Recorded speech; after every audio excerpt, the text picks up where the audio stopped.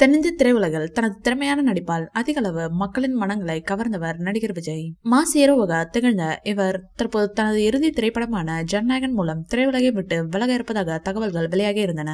இது ரசிகர்களிடையே மிகுந்த சோகத்தை ஏற்படுத்தி இருந்தது.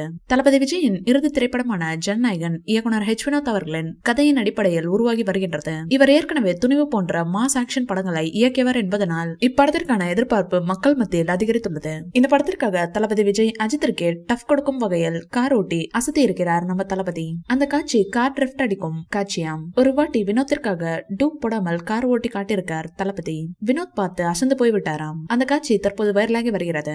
அனைத்து படப்பிடிப்பு காட்சிகளையும் படம் முடிவில் போட உள்ளனர் படக்குழுவினர். இது தளபதி விஜயின் இறுதி படம் என்பதனால் வியாபார ரீதியாகவும் ஜனநாயகன் படத்தின் உரிமைகளை வாங்க பல தயாரிப்பு நிறுவனங்கள் போட்டியில் இறங்கியுள்ளன. இந்நிலையில் நம்பத்தகுந்த வட்டார தகவலின்படி ரோமியோ பிக்சர்ஸ் நிறுவனத்தின் உரிமையாளர் ராகுல் இப்படத்தின் தமிழக உரிமையை ரூபாய் 90 கோடிக்கு வாங்கியுள்ளதாக குறிப்பிடப்பட்டுள்ளது. ரோமி பிக்சர்ஸ் நிறுவனம் கடந்த சில வருடங்களில் பல பெரிய படங்களை வெளியிட்டுள்ள நிறுவனம். தற்போது ஜனநாயகன் படத்தின் தமிழக தியேட்டரில் உரிமையை ரூபாய் 90 கோடிக்கு வாங்கியது என்பது அவர்கள் இந்த படம் மீது வைத்திருக்கும் நம்பிக்கையை காட்டுகின்றது. இந்த வீடியோ பிடிச்சிருந்தா லைக் பண்ணுங்க, ஷேர் பண்ணுங்க. மேலும் விஜய் சார் பற்றிய தகவல்களுக்கு எங்க சேனலை சப்ஸ்கிரைப் பண்ணுங்க.